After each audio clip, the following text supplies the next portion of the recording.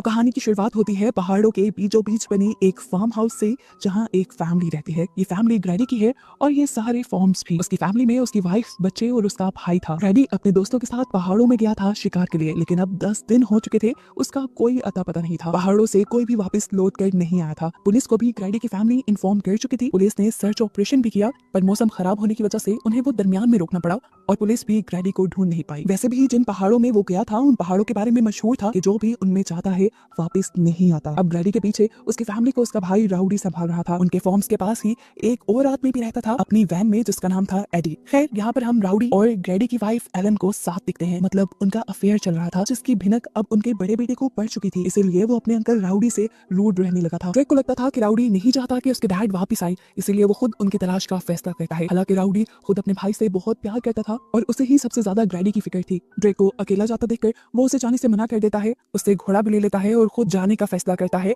अपने भाई को ढूंढने के लिए। हालांकि उसकी एक टांग खराब भी है और पहाड़ों पर चढ़ना उसके लिए काफी मुश्किल है। लेकिन मजेदार की बात कि सबकी जरूरत ही नहीं पड़ी, क्योंकि कुछ ही देर में हमने देखा कि ग्रैडी वापस आ चुका है। उसकी हालत इतनी ज्यादा बुरी थी कि दूर से तो ये लोग पहचान भी नहीं पाए कि ये ग्रैडी है। उससे चला नहीं जा रहा था, उसका मुंह भयानक लग रहा था। ये लोग उसे सहारा देते हुए लेके आते हैं तो वो बार बार गिरने लगता है, जिसका मतलब था कि वो बहुत ज्यादा वीक हो चुका है। ये लोग उसे उठाकर सहारा देते हुए जाकर उसके रूम में लेटा देते हैं। उन्होंने चेक करने के लिए डॉक्टर को बुलाया तो डॉक्टर ने बताया कि इससे ग्रैडी को बहुत ज्यादा कमजोरी हो चुकी है, लेकिन वो पहाड़ों से बचकर वापस आ गया है। ये भी बहुत बड़ा चमत्कार है। डॉक्टर के मुताबिक इतनी देर तक कोई भूखा नहीं रह सकता था।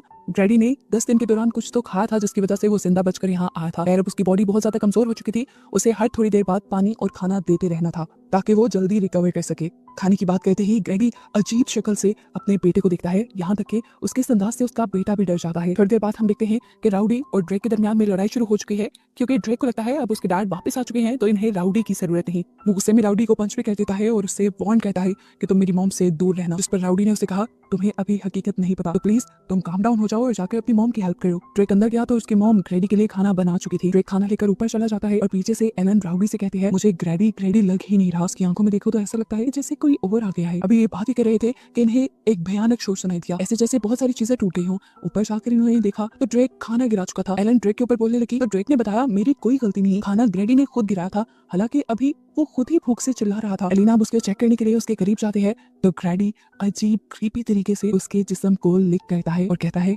टेस्ट तो अच्छा है, मतलब क्या इसे अब इंसानों का गोश्त खाना था? उसके मुंह से बात सुनते ही एलिना का डर से बुरा हाल हो गया और तभी हमें साइड पे एक पिक्चर दिखाई गई जिसमें ग्रैडी की सही हालत थी। खैर, रात हो जाते हैं, सब लोग सोने के लिए चले जाते हैं। आधी रात में इन सबको घोड़े के चिल्लाने की और किसी की बुरी तरह गुर्राने की आवाज आती है। राउडी ने बाहर जाकर देखा तो किसी ने उसके घोड़े के ऊपर हमला कर दिया था और उसे बहुत ज्यादा जख्मी किया हुआ था। ये कह ले कि उस घोड़े को चीर डाला था। उसने आसपास देखा, वहाँ कोई जानवर, कोई इंसान नहीं था, लेकिन पीछे जूम करके हमें दिखाया गया कि ग्रैडी उस घोड़े को अजीब नजरों से देख रहा है और क्रीपी स्माइल भी दे रहा है। ये सारा शोर सुनकर इनका नेबर एडी भी यहाँ आ चुका था। राउडी को लगा कि ये सारा किसी जंगली जानवर का काम है, लेकिन एडी असल मामला समझ चुका है। उसे लग रहा है कि ये सब किया है ग्रैडी ने।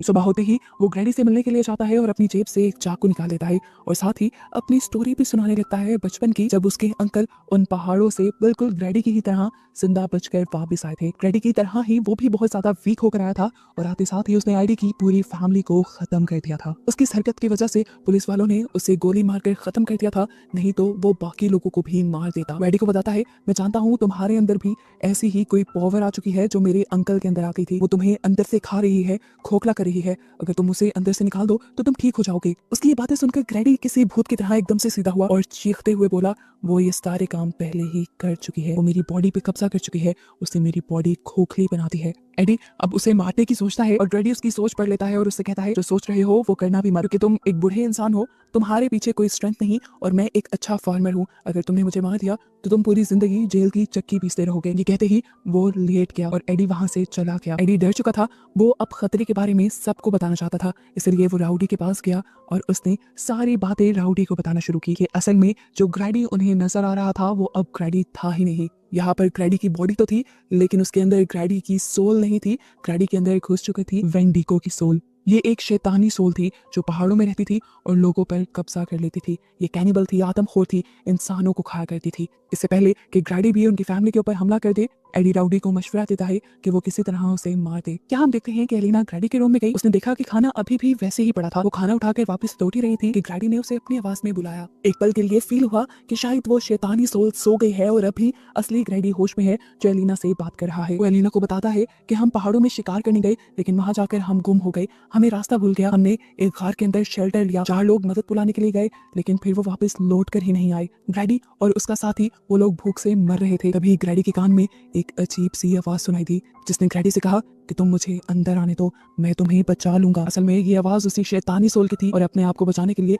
ग्रैडी ने उसे हाँ कर दी, जिसके बाद वो सोल ग्रैडी के अंदर आ गई। उस सोल के अंदर आते ही ग्रैडी ने अजीब काम करना शुरू कर दिया। इसने एलिना को बताया कि उस सोल ने मेरे ही दोस्त को मरवा दिया और फिर मैंने उसे मार कर खा लिया। ग्रैडी एलिना को वार्न भी कहता है कि मेरे अंदर जो सोल है, जो शैतानी आत्मा है, वो अभी और शिकार करना चाहती है। उसने अभी ये सब बताया ही कि एलिना डर गई और यहाँ से बाहर जाने लगी, लेकिन 1 सेकंड गुजरने से पहले ही ग्रैडी उसके सामने आकर खड़ा हो गया। ग्रैडी ने अब उसे गले से पकड़ लिया और उसके मुंह से अब थूक निकल रहा था, जैसे वो एलिना को खाने के लिए तैयार हो। इससे पहले कि वो एलिना के ऊपर वार करके उसे खा लेता, पीछे से राउडी उसके ऊपर गन पॉइंट कर देता है। ये देखकर उसे गुस्सा आता है और पलक झपकने जितने वक्त में वो कमरे के अंदर जाकर दरवाजा बंद करके वहां की सारी चीजें तहस नहस करने लग जाता है। लगातार वो डरावनी आवाज में चीखे मार रहा था, जिससे ड्रेक और उसका भाई भी बहुत ज्यादा डर रहे थे। अपनी जान बचाने के लिए एलिना बच्चों और राउडी को लेकर इस घर से निकलने ही वाली थी कि यहाँ पर एडी आ गया। एडी असल में ये ठान कर आया था कि वो ग्रैडी को मार ही देगा। वो इन सब की जान बचाने के लिए इन सबको अपनी वैन में जाने को कहता है। यहाँ ड्रेक इनके साथ जाने से मना कर देता है क्योंकि उसे लग रहा था कि उसे अपने डैड की जान बचानी चाहिए, जिस पर एलिना उसे थप्पड़ मारती है और उसे समझाती है, ड्रेक क्या वो तुम्हारे डैड लग रहे हैं? इसकी हालत तो देखो, उसके अंदर एक शैतानी सोल है जिसे मारना जरूरी है वरना वो हमें मार देगा, और ये सारी बातें मुझे ग्रैडी ने खुद बताई हैं। ये कहने के बाद ये लोग इस घर से चले जाते हैं। एडी ऊपर जाता है ग्रैडी को मारने के लिए, लेकिन उससे पहले ही पीछे से ग्रैडी आकर उसकी ही गर्दन पे वार करके उसे ही मार डालता है। यहाँ पर हमें अब राउडी को दिखाया गया जो गन लेकर बाहर निकला था क्योंकि वो भी ग्रैडी को खत्म करना चाहता था। उसके पीछे एलिना आ गई जिसने उसे गले लगा लिया। इसके बाद वो बिना कुछ देखे घर के अंदर चला गया। घर के अंदर जाते ही उसे सबसे पहले एडी की लाश नजर आई, जिसके बाद वो गुस्से में ग्रैडी को मारने के लिए उसके कमरे में चला गया, लेकिन ग्रैडी इस टाइम बेबस अपने बिस्तर पर लेटा था। इससे पहले कि राउडी उसे मार देता, ग्रैडी ऐसे एक्ट करने लगा जैसे वो बेचारा है, लाचार है। राउडी को अपने भाई के ऊपर तरस आ गया और जैसे ही वो इमोशनली वीक हुआ, ग्रैडी ने उसी के ऊपर हमला कर दिया। शोर सुनकर एलिना को भी खतरे का अंदाजा हो जाता है। वो अपने बच्चों को वैन से निकालकर कहीं और छुपा देती है और वहीं पर ग्रैडी आ जाता है। वो अपने साथ अपने भाई राउडी की लाश को भी उठा कर लाया था। वो अब जबरदस्ती एलिना को अपने साथ घर के किचन में लेकर आया और उसने राउडी की लाश को टेबल पे रख दिया। एलिना को वो अब समझाने लगा कि उसे क्या करना है। वो एलिना को बहुत ही खतरनाक काम करने को कह रहा था। वो एलिना को राउडी का गोश्त पकाने को कह रहा था। वो उसे बताता है कि पहले एलिना राउडी के टुकड़े करे और उसके बाद एक पॉट में पानी उबलना रखे, राउडी का सूप बनाए और उसे दे। ये सब करने को एलिना तैयार ही नहीं थी। वो कैसे कर सकती थी ये सब? एलिना ने जब मना किया तो ग्रैडी ने उसे जोरदार थप्पड़ मारा, जिससे वो नीचे गिर गई और उसे साइड पे देखा कि ड्रेक उसे बचाने के लिए आ गया था। लेकिन अगर उसकी भनक ग्रैडी को पड़ जाती तो ग्रैडी पहले उसे ही मार देता। ग्रैडी का ध्यान भटकाने के लिए अब वो ग्रैडी के कहे हुए काम करने लग जाती है। उसने अब राउडी की बॉडी के टुकड़े करना शुरू किए और टुकड़े करके उसने सारा गोश्त एक बाउल में डाल दिया। उसके बाद उसने सूप को उबलने रख दिया। इतने में पीछे से ड्रेक ने गन ढूंढकर उसे लोड करना शुरू कर दिया था। सूप पकाकर एलिना एक बोल ग्रैडी के सामने रख देती है तो ग्रैडी उससे एक और बोल तैयार करने को कहता है क्योंकि वो चाहता था कि एलिना ये गोश्त उसके साथ मिलकर खाए। एलिना ने उसे साफ कह दिया कि मुझे भूख नहीं है, लेकिन तभी पीछे से ड्रेक के हाथ से गोली छूटकर गिर गई। अब तो पक्का ग्रैडी का ध्यान उस तरफ चाहता, इसलिए एलिना अब ग्रैडी की ये बात मानने को भी तैयार हो गई कि वो राउडी का गोश्त खाएगी। एक बाउल लेकर वो भी बैठ गई और मजबूरी में उसे राउडी का गोश्त खाना पड़ा। यहाँ पर पहले ग्रैडी ने एक बाइट टेस्ट किया और उसके बाद तो वो जंगलियों की तरह खाने लगा। जैसे ही उसके बोल में से सब कुछ खत्म हुआ तो उसने एलिना को कॉलर से पकड़ लिया और उसे कहा, मेरी जो हालत है ये तुम्हारी और राउडी की वजह से है। अब इससे पहले कि वो एलिना को भी मार देता, पीछे से ड्रेक गोली चला देता है। उसकी गोली से ग्रैडी यहाँ पर एलिना को छोड़कर भाग जाता है, लेकिन एलिना को चोट लग जाती है। ड्रेक जब उसकी मदद करने के लिए आया तो एलिना ने उसे कहा, जाकर तुम टिम को बचाओ। इतने में वो टिम के पास पहुंच गया होगा। ड्रेक उसकी बात मानते हुए जब गया टिम के पास तो उसने क्या देखा